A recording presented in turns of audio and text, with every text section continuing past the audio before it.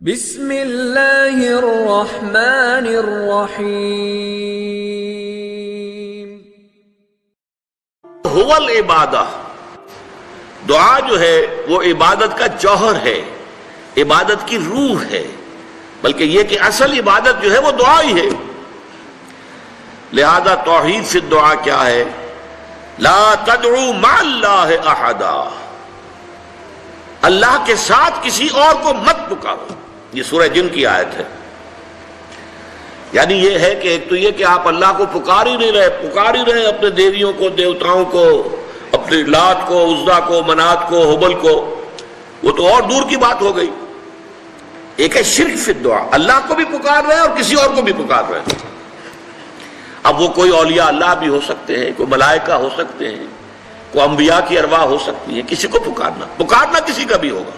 دعا لا تدعو مع اللہ احدا، اور یہ در حقیقت ہم جب ہر رکعت جو ہے نماز کی ایاک نعبد و ایاک نستعین، پروردگار ہم صرف تیری ہی بندگی کرتے ہیں اور کرتے رہیں گے، اور صرف تجھ ہی سے مدد مانگتے ہیں اور مانگتے رہیں گے، یہ ہمارا قول و قرار ہے، یہ ہمارا عہد ہے اللہ کے ساتھ۔ اس کے خلاف نہ ہو، کسی کو پکارنے کی اجازت نہیں ہے۔ یہاں ایک باریک نکتہ سمجھ لیجئے۔ ایک ہے کسی کو پکارنا، کسی سے مدد چاہنا، کسی سے کسی کام کے اندر جو ہے کوئی امداد کی خواہش کرنا، جو کہ ہو دنیاوی جو معمولات ہیں، جو عام ہمارے قواعد ہیں، ظاہری مادی اسباب و وسائل کے درجے میں، وہ شرک نہیں ہے۔ میں کسی سے کہتا ہوں مجھے ذرا پانی پلا دو، یہ بھی ایک دعا ہے، استمداد ہے، مدد آپ نے مانگی ہے، اس سے اپنی ایک ضرورت پوری کرنے کے لیے کہا ہے۔ لیکن کیا ہے یہ کہ گھڑا ہے، وہاں رکھا ہوا ہے، وہاں پانی ہے، اس میں سے پانی لائے گا وہ دے دو۔ جو ظاہری قوانین طبیعہ جو ہیں، ان کے دائرے کے اندر کوئی دعا، کوئی استمداد، کوئی استعانت، کوئی استغاثہ، اس میں کوئی حرج نہیں۔ غیبی اعتبار سے کسی کے ساتھ بھی کوئی دعا کی جائے گی اللہ کے سوا، وہ شرک ہے۔ وہ استدعا ہو، استغاثہ ہو، استعانت ہو، استمداد ہو، استنصار ہو، کچھ بھی ہو، غیبی طور پر دنیا کے معروف طریقوں میں اور جو ہمارے طبعی قوانین ہیں ان کے دائروں کے اندر مدد مانگنا، اس میں قطعاً کوئی شرک نہیں ہے، توحید ہے۔ البتہ اس میں بھی ایک باریک نکتہ ہے۔ ایک بزرگ تھے جو فوت ہو گئے، انہوں نے یہ بات مجھے جس طرح سمجھائی تھی، وہ آج بھی میں ان کا مشکور ہوں، کہ دنیا میں عام قاعدے قانون کے تحت بھی کسی سے کچھ کہنا کہ بھائی میرا یہ کام آپ کر دیجئے، آپ کر سکتے ہیں، ایک دفعہ کہنا جائز ہے، دوسری مرتبہ یاد دلا دینا کہ شاید بھول گئے، وہ بھی جائز ہے، تیسری مرتبہ کہنا شرک ہو جائے گا۔ اور اس میں الہا و زاری کرنا اور خوشامدیں کرنا اور گڑ گڑانا، یہ تو شرک ہے۔ تم نے یہ سمجھا ہے کہ تمہارا کام یہی کر سکتا ہے، کام کرنے والا تو اللہ ہے۔ لا فاعل فی الحقیقت ولا مؤثر الا اللہ، حضور نے فرمایا کہ اگر تمہیں جوتا باندھنے کا تسمہ درکار ہو تب بھی اللہ سے مانگو، کسی کے سامنے سوال کا جو ہاتھ جو ہے وہ دراز نہ کرو۔ اللہ نے تمہیں ایک عزت نفس دی ہے، اس عزت نفس کو دہلا نہ بناؤ، کسی کے سامنے جو ہے اپنا ہاتھ پھیلا دینا، اپنی عزت نفس جو ہے تو ختم کر دینا ہے، مت مانگو کسی سے کچھ۔ لیکن یہ کہ ٹھیک ہے دنیا میں کام چلتا ہے۔ حضور کا شکی شان تو یہ تھی کہ اگر آپ سواری پر ہوتے تھے اور آپ کی چھڑی گر گئی تو سواری کو بٹھا کے اس سے اتر کر چھڑی خود اٹھاتے تھے، آپ کسی اپنے ساتھی سے یہ نہیں کہتے تھے کہ میری چھڑی پکڑا دو مجھے۔ آپ کی تو غیرت کا عالم جو ہے وہ بہت بلند تھا، بہت بلند تھا، بہت بلند تھا۔ لیکن دنیاوی عام طریقے سے یہ کہ ٹھیک ہے بھئی آپ ایک کام ہے آپ کر سکتے ہیں، یہ کر دیجئے۔ اس نے کہہ دیا ٹھیک ہے میں کروں گا، پھر بھول گیا یا کچھ اور ہوا، دوسری مرتبہ یاد دہانی کرا دی، تیسری مرتبہ جو ہے انہوں نے کہا کہ پھر اس میں شرک کی بو آنے لگتی ہے، کہ معلوم ہوتا ہے کہ آپ نے سمجھا ہے کہ اسی کو اختیار حاصل ہے، یہی مقتدر ہے، اسی کو آپ کا کام کرنے کا جو ہے وہ پوری قوت اور قدرت حاصل ہے، اور یہ چیز جو ہے یہ شرک کی بو اس میں سے آنی شروع ہو جاتی ہے۔ لیکن یہ ہے معاملہ سارا جو اسباب عادیہ کے تحت، اس سے ماورا آپ کسی کو نہیں پکار سکتے۔ میں معذرت کے ساتھ عرض کروں گا اگر کسی کے جذبات کو ٹھیس پہنچے، آپ شیخ عبد القادر جیلانی رحمۃ اللہ علیہ کو نہیں پکار سکتے، محمد رسول اللہ کو نہیں پکار سکتے۔ اور واقعہ یہ ہے کہ محمد رسول اللہ کو تو پکارا بھی نہیں جاتا، پکارتے لوگ ہیں زیادہ حضرت علی کو، یا علی مدد، شرک۔ دیکھیے سب سے بات نکتے کی بتا دوں آپ کو، فرشتے کو تو ہم مانتے ہیں نا، حضرت شیخ عبد القادر جیلانی رحمۃ اللہ علیہ کی روح ہے یا نہیں ہے، سنتی ہے نہیں ہے، حاضر ہے کہ نہیں ہے، ناظر ہے کہ نہیں ہے، 100 اختلاف ہو جائیں گے، اختلافات کی تو گنجائش ہے نا۔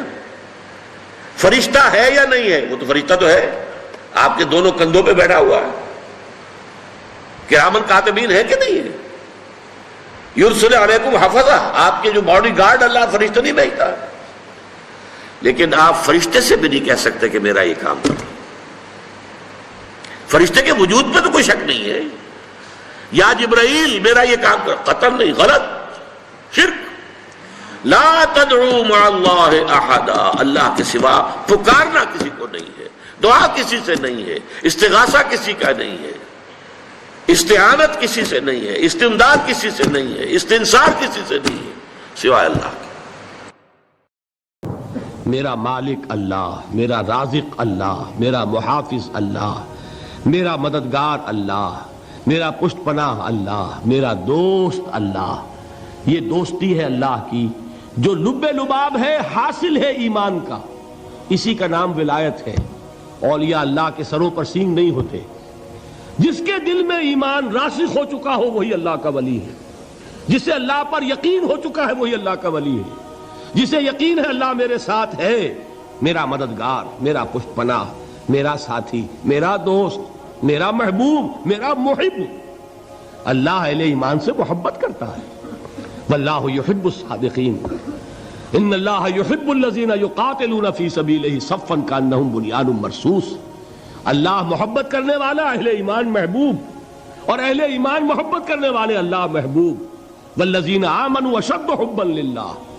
آپ تصور کیجئے جسے یہ رشتہ ایمان یا رشتہ ولایت حاصل ہو جائے، الا ان اولیاء اللہ لا خوف علیہم ولا هم یحزنون، آگاہ ہو جاؤ اللہ کے دوستوں کے لیے نہ کوئی خوف ہے نہ کوئی حزن ہے۔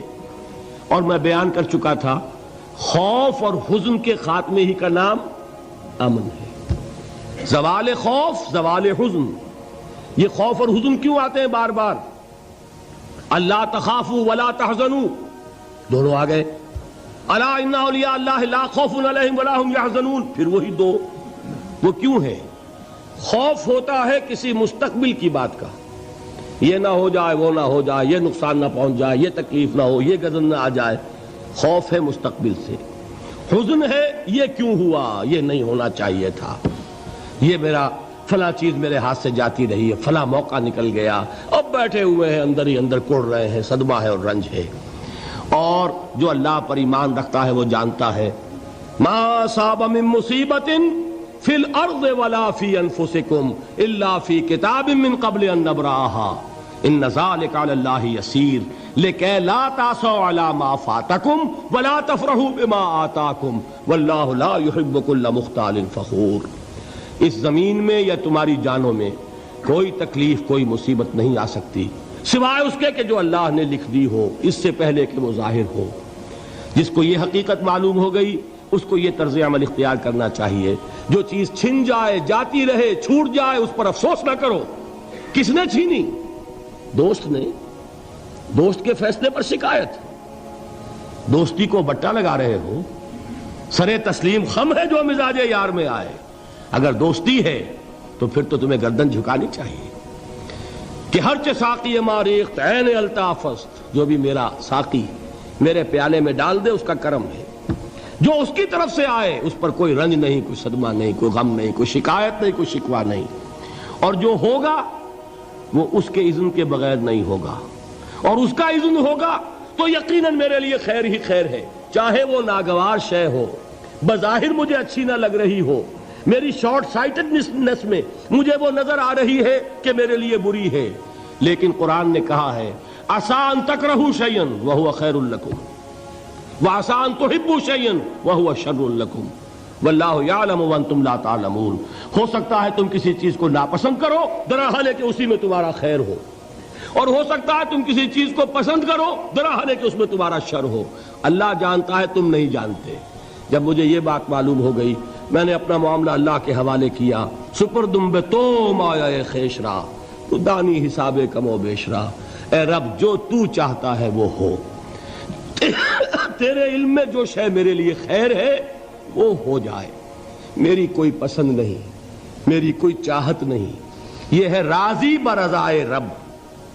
اکبر الہ آبادی نے اسے کہا ہے رضائے حق پہ راضی رہ.